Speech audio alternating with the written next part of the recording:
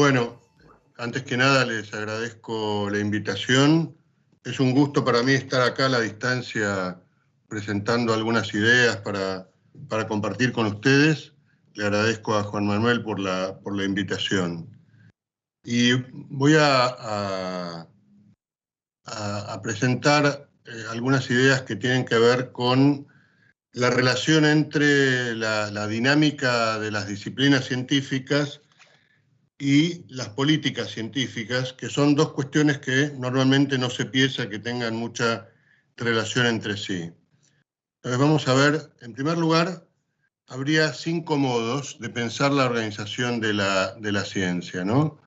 Uno, que son efectivamente las disciplinas, de las que vamos a hablar ahora con un poco más de detalle. Otros son las comunidades, pensar la ciencia más allá de las disciplinas organizadas por comunidades, con intereses comunes, donde prevalecen los mecanismos de cooperación por sobre los mecanismos de competencia.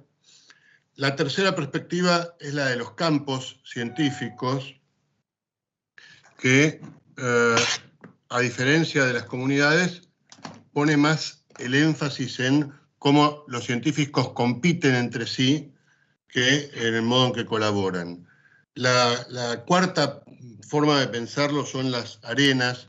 El título que le puso una autora es medio complicado, arenas transepistémicas, pero se trata de espacios donde no solo participan los investigadores, sino donde también hay otros actores, agencias de financiamiento, empresas, movimientos sociales y demás. Y lo último son los regímenes de producción de conocimiento, que vamos a mencionar más adelante. Pero de todas ellas, las disciplinas son cruciales porque de algún modo van formateando a las nuevas generaciones. Digo, los investigadores, los científicos, los profesionales se forman en el interior de las disciplinas. Por eso yo digo que es un modo más o menos de formatear el modo de pensar el mundo. Las disciplinas tradicionales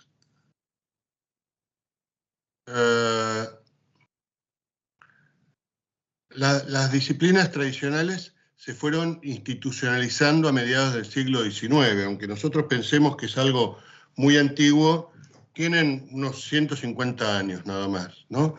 Y podríamos decir que hay 4 sentidos del concepto de disciplina. El primero es una legitimación de saberes expertos, ¿no? Hay un conjunto de especialistas que son los que tienen legitimidad para hablar de algunos temas. El segundo sentido de disciplina sería una delimitación del universo. De aquí para aquí del universo nos ocupamos, por ejemplo, los físicos, de aquí para aquí nos ocupamos los químicos, de acá para allá se ocupan los biólogos, y entonces el universo aparece parcelado para que pueda ser estudiado por distintas comunidades de especialistas. El siguiente sentido de disciplina tiene que ver con una identificación colectiva, ¿sí? Nosotros los físicos, nosotros los químicos, nosotros somos los que establecemos cuáles son los conocimientos legítimos dentro de nuestra disciplina, cómo son las normas y demás. Y el último tiene que ver con lo que yo llamo la disciplina de la disciplina, que son todas las normas técnicas de cómo hay que producir conocimiento dentro de un campo determinado. Cuáles son los valores sociales, cuáles son los protocolos, las formas de generar nuevos conocimientos dentro de cada disciplina. Bueno, este sería un primer pantallazo general, pero después tenemos dinámicas disciplinarias que tienen que ver con lo que yo les decía recién, que las disciplinas tal como las conocemos hoy, tal como existen en cualquier escuela secundaria o en las facultades universitarias, son un invento del siglo XIX. Hasta entonces, el concepto científico podía abarcar tanto a la filosofía como a la química, ¿no? Pero esas disciplinas tuvieron una transformación muy importante en la segunda mitad del siglo XX, con la emergencia de lo que se llamó la Big Science. La Big Science tiene que ver con ese momento posterior a la Segunda Guerra Mundial, en que se moviliza muchísima cantidad de recursos, donde empiezan a movilizarse muchísimos investigadores. El ejemplo es la fabricación de la bomba nuclear, el proyecto Manhattan, entre 1942 y 1945, pero después eso se traslada a muchos otros campos y no solamente a la física nuclear. También surgen en esa época la biología molecular, la ecología, la informática, las ciencias del mar. Hay todo un conjunto de disciplinas nuevas que surgen en la segunda mitad del siglo XX. Y también tuvieron una última transformación muy significativa a final del siglo pasado y comienzos del siglo XXI, ¿no? Donde surgen las neurociencias, las nanociencias, las ciencias de datos, la genómica, la proteómica, y hoy estamos viendo, como todos ustedes saben, la revolución de la inteligencia artificial, ¿no?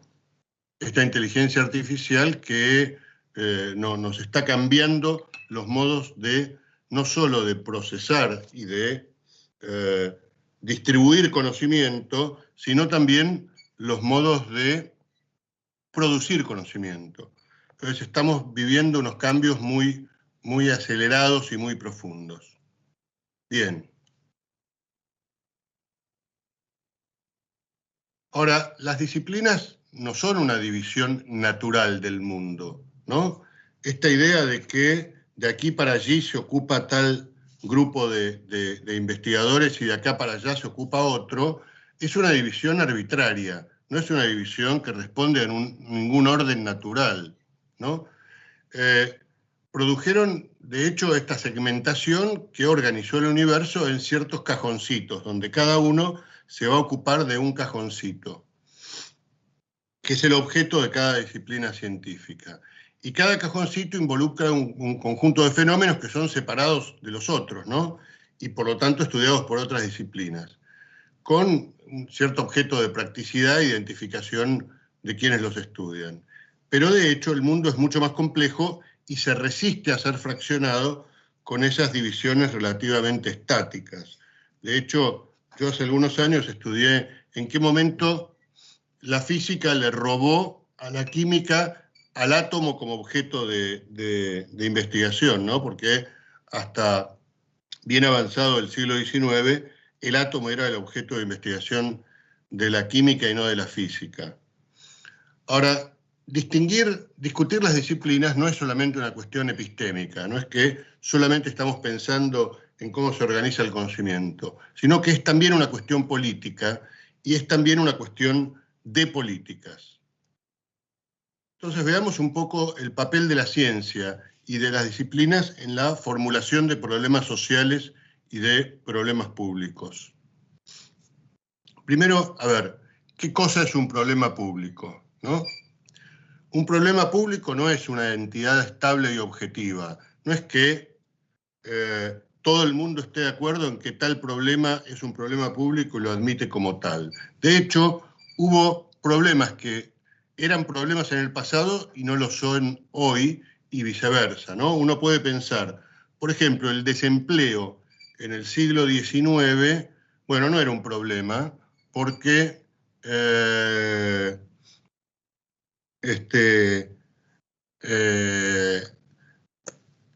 se suponía que las personas que no conseguían un trabajo era porque no estaban adaptadas, porque no estaban capacitadas, y no se suponía que eso era un problema de la sociedad. Bueno, ya en el siglo XX queda claro que si una parte muy importante de los trabajadores está sin empleo, ese ya es un problema de la sociedad y no un problema individual de cada uno. Podemos pensar en problemas que no eran, que eran problemas en el pasado, ¿no? Por ejemplo, el divorcio, a comienzos del siglo XX, una pareja se divorciaba y esa mujer estaba como señalada por el dedo, y hoy, en la mayor parte de los países, por supuesto que hay algunos que todavía no han avanzado lo suficiente. Bueno, el divorcio no es un problema para nadie.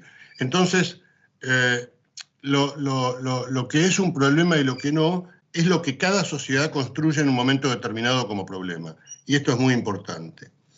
Lo segundo es que nunca existe un problema independientemente de los actores que lo formulan como tal, ¿no? A ver, para mencionar una cuestión que es muy de actualidad, ¿no? El hecho de que haya una gran cantidad de inmigrantes en un país no era un problema durante muchísimos años, porque se suponía que esos inmigrantes venían a fortalecer la mano de obra y a enriquecer la sociedad, ¿no? Y hoy muchos países tienen como política activa tener la menor cantidad de inmigrantes extranjeros posible. Bueno, ahí tenemos también un ejemplo de cómo se construyen los problemas públicos.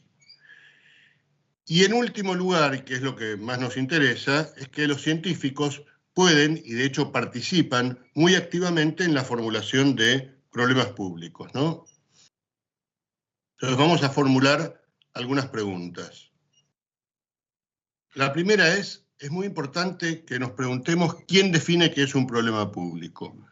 Un problema público puede ser movilizado por algún grupo social, pero en última instancia tiene que ser tomado por alguna entidad pública, el Estado nacional o el Estado subnacional lo asume como una cuestión pública, ¿no? ¿Cuáles son las alternativas de resolución dado un problema determinado, que pueden ser basadas en la ciencia o no? Esto también es muy importante que nos lo preguntemos.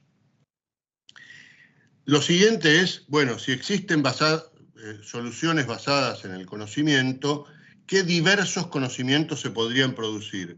Y no suponer que, dado tal problema, hay que producir solo un tipo de conocimiento específico. Por ejemplo, podemos imaginar que, dada tal enfermedad, hay que producir un medicamento, pero tal vez no sea el único conocimiento disponible para abordar ese problema de una enfermedad determinada. Tal vez se puedan desarrollar conocimientos de estrategias de prevención, tal vez se puedan desarrollar conocimientos que cambien el hábitat en donde vive esa población.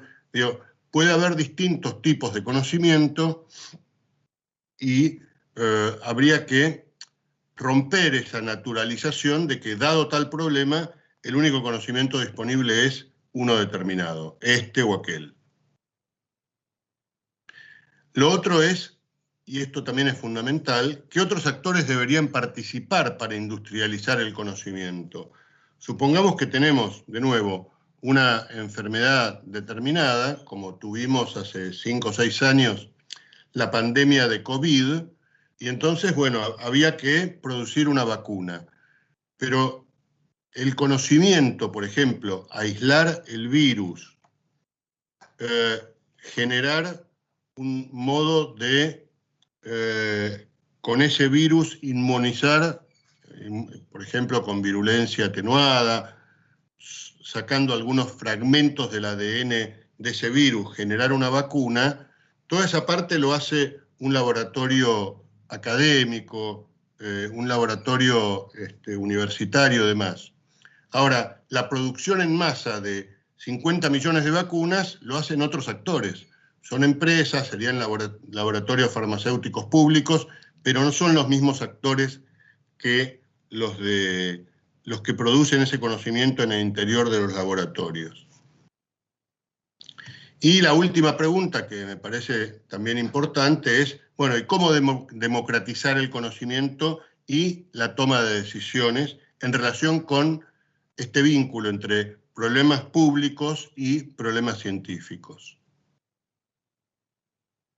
Entonces, la cuestión es que cada disciplina, lejos de hacer una operación neutral, construye y recorta una parte del problema, ¿no? Cualquier tema que ustedes piensen, por ejemplo, imagínense las inundaciones.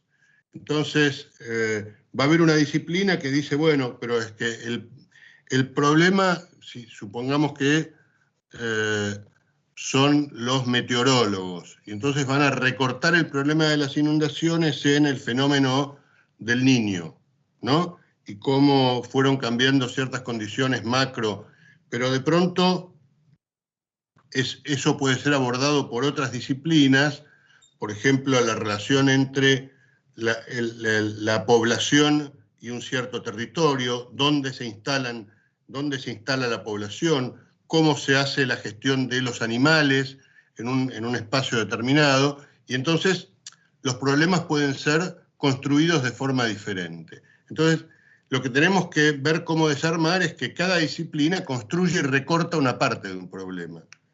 En segundo lugar, lo presenta como legítimo. Este es el modo legítimo de construir este problema. Ahora vamos a ver algunos ejemplos donde van a ver esto mucho más claro.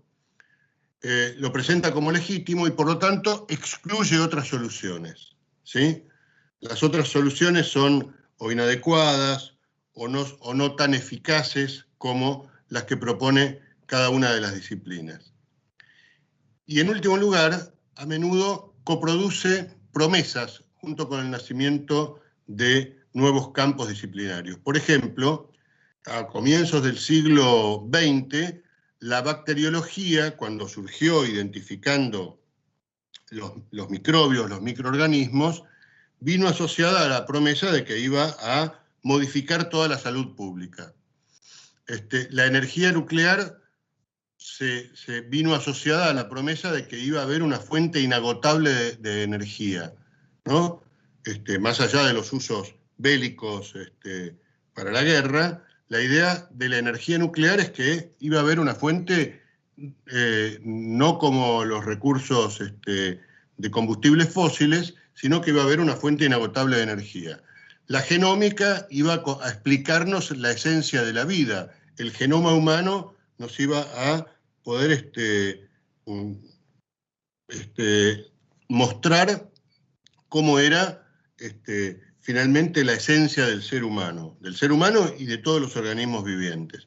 Entonces, muy a menudo, los campos científicos vienen asociados a promesas que le hacen a la sociedad. Entonces, vamos a ver 3 ejemplos de cómo las disciplinas científicas construyen problemas sociales. Dicho de otro modo, que desde el punto de vista de cada marco disciplinario, ese conocimiento es el que plantea en la esfera pública, en la sociedad, la construcción de un problema. Entonces vamos a ver primero la cuestión de las adicciones, como cuestión social y como cuestión cognitiva, después las de los recursos marinos, y finalmente vamos a ver con un poco más de detalle el caso de la enfermedad de Chagas, que es uno en el que yo estuve trabajando más tiempo. Entonces, ¿cómo construye cada disciplina el problema de las adicciones? Miren, para la sociología, que haya personas adictas tiene que ver con un problema del entorno, de las condiciones sociales que influyen en el consumo de sustancias adictivas. En cambio, para la psicología, es un problema del sujeto, de la historia, de la biografía, que lo lleva al consumo. Algo que le pasó desde que era niño, que le generó algún trauma que lo lleva al consumo de drogas, de estupefacientes. En cambio, para las neurociencias, es un problema de receptores neuronales, que son los que explican las conductas adictivas. No tiene nada que ver la historia de la persona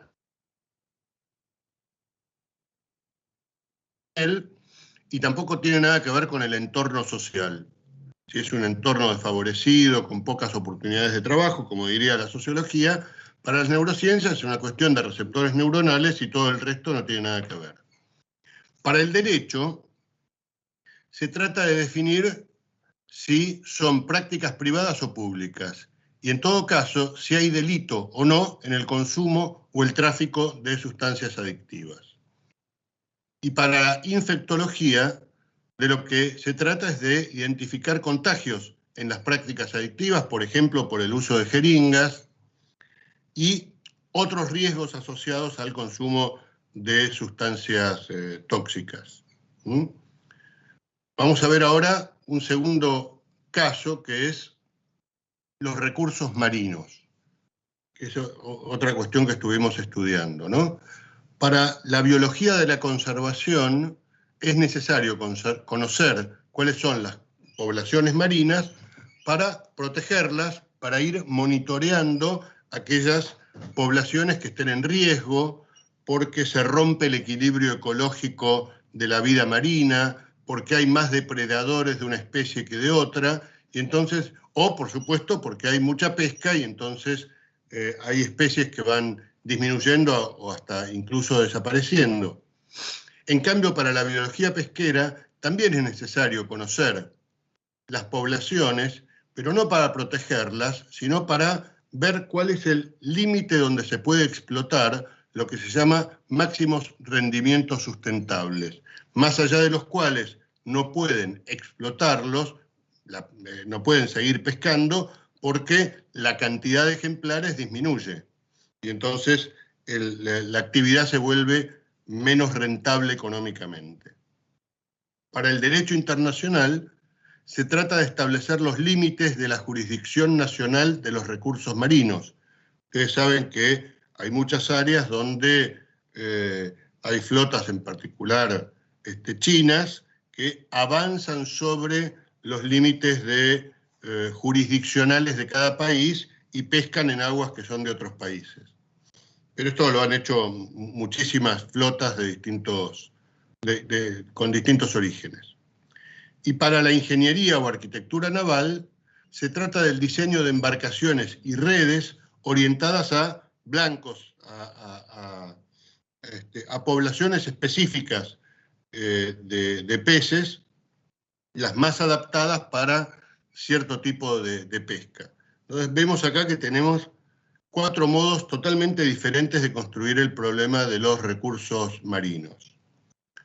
Y veamos ahora la enfermedad de Chagas, según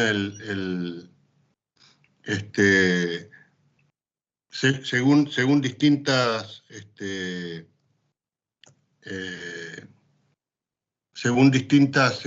perspectivas disciplinarias, ¿no?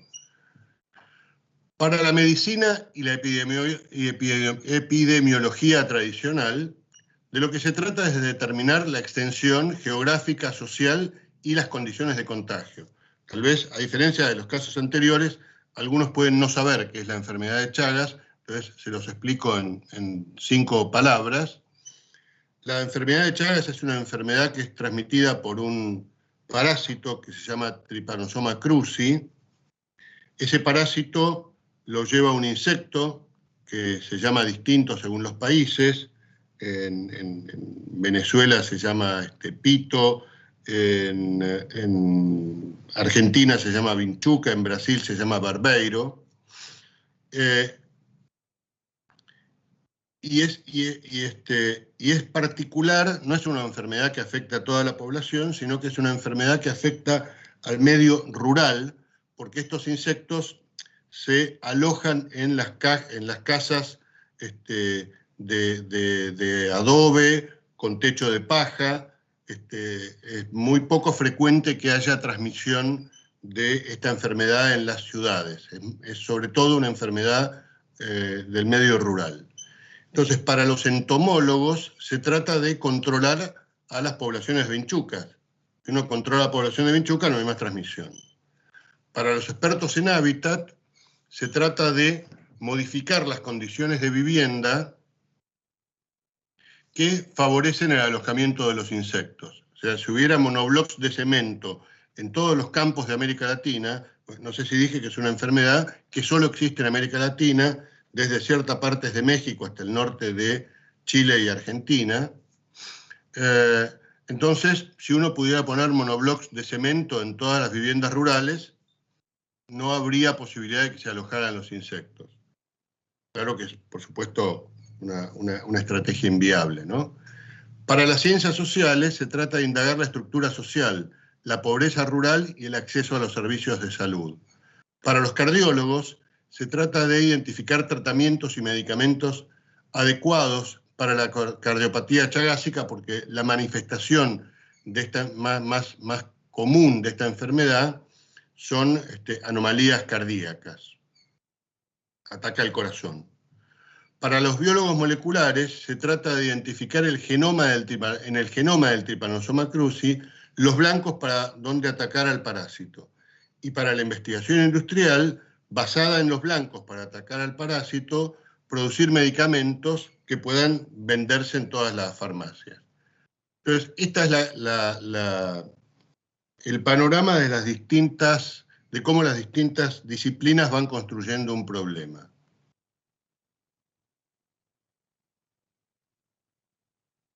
Pero los científicos no trabajan aislados del mundo. Tienen fuertes interacciones con otros actores sociales, con agencias de financiamiento, con organismos internacionales, con empresas locales y también con empresas internacionales. Están insertos en una comunidad y en redes internacionales que marcan agendas, que indican cuáles son los temas más financiables, los temas más publicables. Y además los investigadores de países semiperiféricos, como los de América Latina, están sujetos a otras restricciones, ¿no? Restricciones de recursos en relación con los países más desarrollados, y también están restringidos por los temas que son más de moda en los países más desarrollados y por lo tanto aquellos donde conviene publicar y por lo tanto donde conviene investigar, ¿no? Aquellos que trabajen sobre la enfermedad de Chagas tienen menos posibilidades de publicar que aquellos que trabajen sobre problemas cardiovasculares, que son universales. Entonces, veamos la cuestión de la enfermedad de Chagas en particular con un poco más de detalle, ¿no? A comienzos del siglo XX, un investigador brasilero que se llamaba Carlos Chagas dijo, se los leo, hay un designio nefasto en el estudio de la tripanosomiasis. Cada trabajo, cada estudio apunta un dedo hacia una población malnutrida que vive en malas condiciones, apunta hacia un problema económico y social que a los gobernantes les produce tremenda desazón, pues es testimonio de incapacidad para resolver un problema tremendo. Es un problema de vinchucas que invaden y viven en habitaciones de mala factura, sucias, con habitantes ignorados, malnutridos, pobres y envilecidos, sin esperanza ni horizonte social y que se resisten a colaborar. Hable de esta enfermedad y tendrá a los gobiernos en contra. Esto tiene casi 100 años. Es una carta que le escribió Carlos Chagas, el que descubrió esta enfermedad, a su colega argentino Salvador Massa en 1928, hace casi 100 años. Ahora, ¿cuál fue la promesa moderna, ¿no? Hacia los años 60, 70 del siglo pasado, más 70, investigadores muy prestigiosos de Argentina, Brasil y Venezuela se integraron en una gran red, coordinada desde Seattle en Estados Unidos y Uppsala en Suecia, para obtener la secuencia completa del parásito del Trypanosoma cruzi, que es este parásito que les decía recién. La justificación explícita es que podrían desarrollar una nueva vacuna o medicamento porque se orientaban a identificar un blanco para atacar o matar el parásito.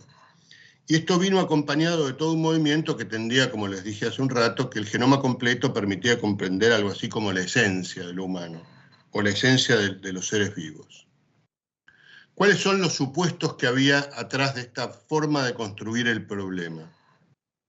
Para luchar contra la enfermedad de Chagas hay que producir conocimientos científicos, aunque habría otras soluciones. Hay soluciones que no están basadas en el conocimiento científico. Como no hay drogas disponibles, hay que trabajar en el desarrollo de nuevas moléculas, aunque habría otros conocimientos a desarrollar. Por ejemplo, un nuevo tipo de insecticida que mate a los insectos, pero no a lo que se llama los animales del peridomicilio. En las viviendas rurales hay perros, ovejas, cabras, que son los que transportan los parásitos y que entonces no se puede fumigar si pueden afectar a los animales domésticos. Los investigadores más prestigiosos en biología molecular deben trabajar sobre el tema, aunque hay otros grupos menos prestigiosos que también podrían generar conocimiento útil. Una vez producido el conocimiento, habrá otras formas de aprovecharlo socialmente. Y esto tiene que ver con lo que yo llamo pensamiento mágico, que ignora los procesos de industrialización del conocimiento. Es muy común en América Latina muchos grupos que están trabajando sobre nuevos conocimientos que podrían ser aplicables, pero para ser aplicados necesitan todo un proceso de transformación, de industrialización, de generar nuevos productos o procesos que puedan llegar a un usuario, a ese usuario final. Entonces, por eso yo lo llamo pensamiento mágico, porque es pensamiento que finalmente se queda en los laboratorios. Y los resultados obtenidos suelen ser a menudo lo que nosotros hace unos años llamamos CANA, que es conocimiento aplicable, pero no aplicado. Entonces, las conclusiones. Las perspectivas segmentadas, yo acá no veo, pero tengo un...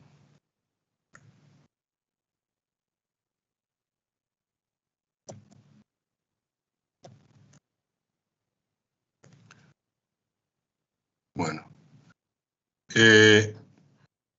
Reducen su complejidad y acotan los modos de generar políticas basadas en el conocimiento. Esto es clave, ¿no?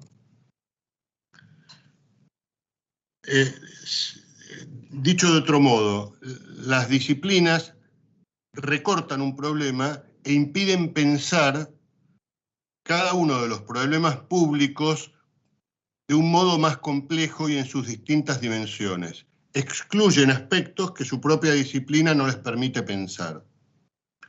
Entonces, el modo de formular epistémicamente un problema, y esto me parece que es clave, determina fuertemente los márgenes y los modos de intervención.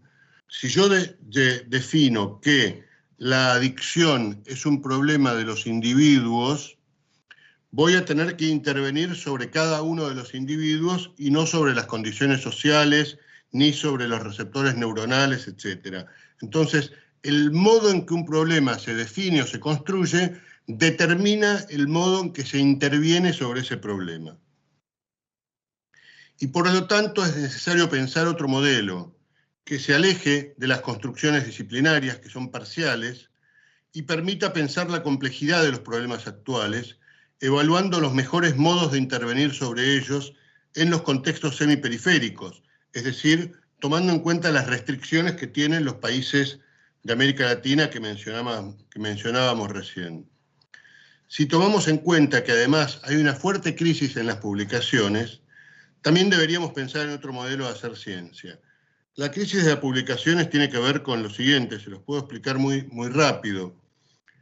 La mayor parte de los sistemas de evaluación de la investigación, ustedes ahí en México supongo que conocen bien el SNI, se basa en contar y evaluar las publicaciones científicas de los investigadores. Mucho más que en evaluar los aportes del conocimiento para resolver problemas públicos. Eso fue generando, en la mayor parte de los países, una especie de inflación de publicaciones. Hoy por hoy en el mundo se publican entre 3 millones y 4 millones de papers por año. De esos se cita más o menos un 15%. Y se estima que se lee otro 15%, pero que no se cita porque no es relevante para las publicaciones. Quiere decir que un 70% de la ciencia que se publica cada año en el mundo no lo lee nadie nunca. Repito, un 70% de los papers que se publican en cada año no lo lee nadie nunca. Entonces, estamos en un problema, en una crisis de los modos de producir conocimiento y de hacer ciencia.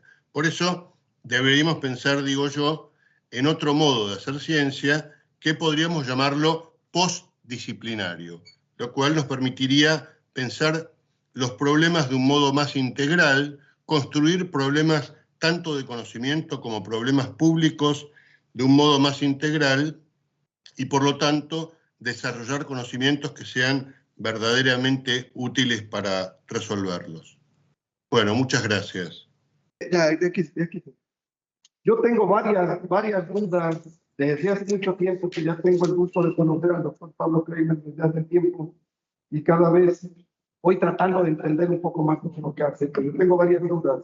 Lo primero que quiero hacer es un comentario relacionado con la última parte. Estas perspectivas segmentadas, como pensamos los problemas, pues generan políticas segmentadas también, y generan que no se solucionen los problemas. Ese es el primer punto que tenemos que entender. Y la primera pregunta que quiero hacer es relacionada con lo que planteaba, doctor, sobre la cuestión de esta crisis de publicaciones. Alrededor del 70% de lo que producimos como investigadores, como académicos, como científicos, si queremos decirlo, no se lee ni se citan nunca. Y la pregunta es, primero, ¿son buenos o son malos o por qué no se leen? ¿Qué es lo que pasa? Hay una marginación ahí, ¿qué pasa con esos investigadores, esas investigaciones que se hacen? Yo supongo que debe haber de todo, buenas y malas, no sé cuál sea la primera pregunta, la primera respuesta. Otra pregunta que tengo es, cuando vemos esta cuestión bien interesante de cómo son los problemas públicos, sociales, y cómo transformarlas en políticas públicas, digámoslo, yo siento que cada vez el académico, el investigador, está más alejado de poder hacer agenda pública o política. Anteriormente, como que había una relación más cercana con los gobiernos y como que se consideraba más a los investigadores para generar este tipo de políticas, pero no sé cuál es su percepción, si en la actualidad nos alejamos más como investigadores de la definición de las políticas públicas o no. Yo percibo que eso pasa en el caso mexicano, y no sé qué pase en mi caso o en los casos de los países que conozca usted. Bueno, esa es la segunda pregunta. La segunda, la tercera, esas redes internacionales que generan agendas internacionales, cómo se construyen, cómo se hacen, cómo participamos los latinoamericanos, o americanos, o mexicanos, o argentinos en esas redes. ¿Participamos, no participamos? ¿Es nuestra participación marginal o tenemos una participación realmente importante y podemos influir en eso o no? Y bueno, sería prácticamente esa mi intervención, doctor. Bueno, a ver, sobre que las perspectivas segmentadas de los problemas, tal como se plantean desde los marcos disciplinarios, generan políticas segmentadas, sí, estoy totalmente de acuerdo, y ese es justamente uno de los problemas, ¿no? No se puede, digo, justamente eso lo que quería mostrar hoy, de cómo esta forma que tenemos de construir los problemas nos impide intervenir sobre esos problemas de un modo más integral y más eficaz, ¿no? Y además con una mayor participación de actores. Eso es, bueno, un comentario general. ¿Por qué no se lee el 70% de lo que se publica cada año? Es que el problema es que nadie podría leerlo, porque el sistema nos generó, este sistema que además está gestionado por 4 o 5 empresas que son las que manejan la edición en todo el mundo. El grueso de las revistas científicas de todo el mundo pertenecen a un oligopolio de 4, 5, 6 empresas que manejan toda la edición científica y que hacen cada vez más negocios con eso, porque ahora muchas están en acceso abierto, pero cobran por publicar, lo que se llama APC, ¿no? Y entonces un artículo uno por cada artículo, de pronto en ciertas revistas tiene que pagar 3, 4, 5 mil dólares para poder publicar. Entonces está montado en un negocio que es muy eficaz para estas empresas, que estimula por vía de los sistemas nacionales de evaluación una producción mayor de artículos, de papers cada año.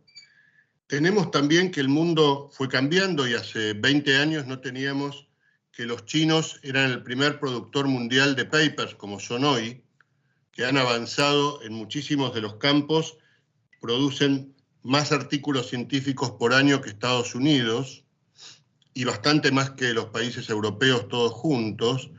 Entonces, eso nos da una especie de situación en la cual si alguien quisiera leer todo lo que se publica, tampoco le daría el tiempo para hacerlo, ¿no? No tenemos tampoco las condiciones materiales para leer todo lo que se publica cada año. Algunos movimientos están planteando algo así como slow science, ¿no? O ciencia lenta, es decir, publicar menos, pero publicar más artículos más sustanciosos, más relevantes. Bueno, pero eso está en veremos, ¿no? Lo cierto es que el grueso de lo que se publica cada año no lo lee nadie, porque si la publicación de artículos podría ser infinita, la capacidad humana de leerlos es finita. No podemos leer una cantidad infinita de textos, y entonces, estamos metidos en esta situación, ¿no? Y sobre si los investigadores están alejados de los problemas públicos. Yo creo que mi respuesta sería sí y no. Por un lado, sobre todo, voy a hablar cuando hablamos de América Latina, en realidad no estamos hablando de todos los países de América Latina, sino de aquellos que ya tienen una dinámica de investigación bastante activa, como estoy hablando básicamente de México, Brasil, Argentina y Chile, que son países que tienen comunidades de investigación robustas, muchos años, incluso siglos de tradición de investigación, que no son comparables con países pequeños que tienen de pronto 300 o 400 investigadores en todo el país. Bien, estos países tienen élites científicas,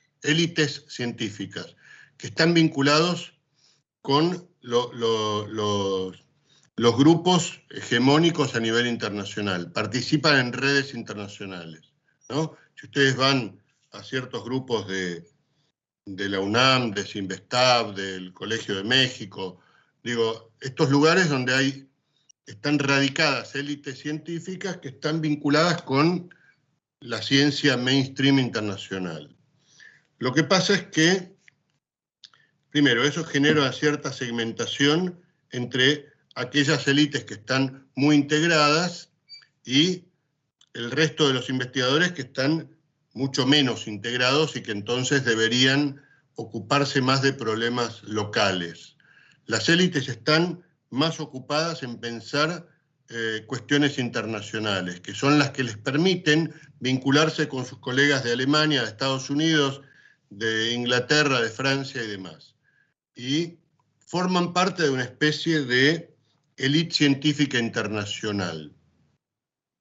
Todo esto no es ni bueno ni malo, en la medida en que el propio país pueda diseñar instrumentos para hacer un mejor uso de los conocimientos científicos que el propio país produce, ¿no?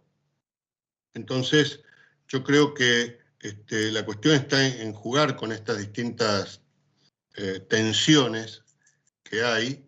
Yo en un momento había hecho un mapa de la investigación sobre Chagas en la Argentina, y el 70% estaba en la ciudad de Buenos Aires, ¿no? La investigación sobre Chagas, siendo que Chagas es un problema rural. Y en muchos otros problemas ustedes van a encontrar que el 70-80% de la investigación en México está en Ciudad de México y no está radicada en otros lugares donde la relación con esos problemas sea más directa. Pero yo creo que esa también es una dimensión a tomar en cuenta. Doctor, yo quiero hacerle una pregunta relacionada con el sector agroalimentario en Latinoamérica, basado un poco en la experiencia de cómo se construyen las políticas públicas. En México tenemos un documento rector que se llama Plan Nacional de Desarrollo, que recoge de alguna manera a través de participación ciudadana, en donde los diferentes sectores campesinos, rurales, participan en reuniones para identificar las principales necesidades del sector agroalimentario. Una de las cuestiones que sucede en este tipo de reuniones para diagnosticar los problemas del sector agroalimentario es que muchos de quienes participan no identifican las causas, no los efectos. Y entonces viene la otra parte en donde, y usted lo planteaba, que los problemas científicos no necesariamente están relacionados para resolver política pública en general. En su experiencia, si tiene algún ejemplo que nos pueda compartir, cómo la disciplina científica practicada desde las universidades, los centros de investigación, pueden vincularse de manera más efectiva en el planteamiento de política pública que realmente ataquen las causas que se identifican en esos diferentes participaciones. Por favor, doctor. Bueno, yo creo que este es uno de los casos más claros de esa segmentación disciplinaria que yo mencionaba, porque ustedes, por ejemplo, si le preguntan, imaginen que hay un problema en cierto tipo de cultivo, ¿no? Y ustedes le preguntan a los ingenieros agrónomos y van a ir a trabajar sobre ese cultivo, se van a poner en relación con biólogos moleculares que van a estudiar las semillas y entonces van a ver cuáles son los problemas de ese cultivo, y si le preguntan a expertos en suelo, les van a decir que las nutrientes, que las lluvias, que la degradación del suelo. Si le preguntan a los ecologistas, les van a decir que hay una competencia entre especies por... Ahora, y además hay poblaciones que viven en esos lugares, campesinos que también tienen prácticas de cultivo, y entonces, si ustedes segmentan eso solamente desde la perspectiva de la biología agrícola, solamente desde la perspectiva de cadenas de producción agroalimentaria, o solamente desde la perspectiva de el estudio de la población rural, ¿no? de los campesinos, como harían los antropólogos, pero no toman en cuenta todas las dimensiones que genera la cuestión, para abordar eso de un modo, como yo decía antes, integral, ¿no? Es decir, cada una de las disciplinas va a ir recortando la porción que más conoce, ¿no? Y entonces dirán, bueno, que el problema es que los campesinos no quieren adaptarse a nuevas técnicas de cultivo, o no quieren adoptar nuevos cultivos transgénicos porque les preocupa la resistencia al glifosato. O, digamos, entonces, el recorte de una de esas cuestiones, el recorte de una sola de las cuestiones, no permite resolver el problema. Y durante muchos años se hablaba de interdisciplina, de transdisciplina, pero yo creo que tiene que ser más que eso. Tiene que ser pensar los problemas de un modo más complejo, No solamente, no se trataría, en mi perspectiva, solamente de rejuntar antropólogos y biólogos moleculares, o antropólogos, ingenieros forestales, sino de poder pensar el problema de un modo más complejo, porque el problema es complejo. Digo, la población interactúa con el medio ambiente, ¿no? En muchas disciplinas científicas nos gusta aislar los problemas para poder estudiarlos mejor. Bueno, y es una estrategia metodológica, pero cuando vamos a la realidad, esos problemas existen de un modo complejo e interactúan unos con otros. Y entonces interactúa el comercio, interactúa la infraestructura, la infraestructura vial, la infraestructura habitacional, ¿no? La red de comercialización, digo, todo eso conforma parte del problema. Entonces, en lo que hemos fallado durante prácticamente toda la historia es en pensar de un modo más, en concebir los problemas de un modo integral. Mire, tenemos mucho conocimiento segmentado, 3, 4 millones de papers por año. Finalmente, segmentado, cuartalizado, como lo queramos llamar, hay mucho conocimiento y hemos generado mucho conocimiento. La pregunta aquí es, ¿cómo democratizarlo? O sea, todo ese conocimiento que tenemos y que se genera todos los días, ¿cómo lo hacemos que lo usen de manera efectiva o que lo usemos todos como ciudadanos de manera efectiva, sobre todo para resolver este tipo de problemas públicos, problemas sociales que se generan constantemente? ¿Ustedes saben más o menos qué estrategias podríamos seguir? Yo no tengo la respuesta. O sea, sí, mi respuesta corta sería no sé. Me parece que estamos en un momento, que estamos en un momento de transición, porque les mencioné en algún momento la inteligencia artificial, ¿no? Que nos genera muchísimos interrogantes, muchísimas dudas. También, por lo menos yo, oscilo entre dos posiciones en relación con eso. Una es de alarma, igual que mucha gente, ¿no? Cuando no logro reconocer si un artículo fue escrito por inteligencia artificial o por un colega, y eso me genera alarma. Pero también pienso que en la historia de la tecnología, todas las tecnologías nuevas generaron alarma y que después se fueron incorporando de alguna manera en las prácticas de la sociedad. Entonces, tiendo a pensar que va a ocurrir lo mismo con la situación en la que estamos hoy, con estas nuevas tecnologías emergentes. Sin embargo, la cuestión de la democratización del conocimiento es más compleja, porque incluso en estas tecnologías emergentes como las de la inteligencia artificial, lo que vemos es que surgen de un modo mucho más concentrado y que no necesariamente están al alcance de quienes podrían hacer un uso más democrático de estas tecnologías. Y también me parece que la pregunta es, bueno, ¿cómo hacer que otros actores intervengan sobre cuestiones públicas, siendo que el conocimiento científico es algo en sí mismo sofisticado, que no está al alcance de toda la población? Y entonces, ¿qué mediaciones se pueden generar?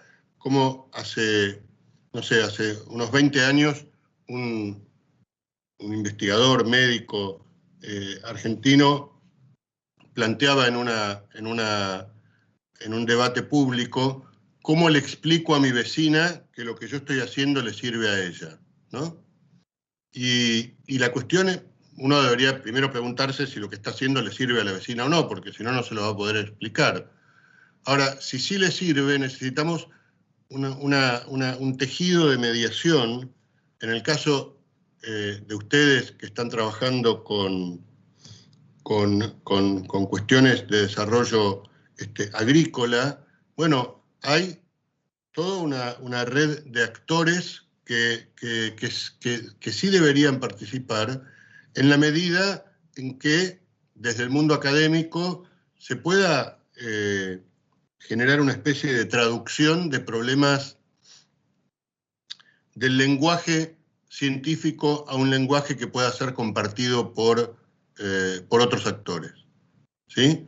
Porque naturalmente que si uno intenta interactuar con otras poblaciones con el lenguaje académico, bueno, los demás no lo van a entender y no van a poder participar sobre aquello que está en juego y que les concierne, ¿no? Que los implica. Bueno, será un placer volver a...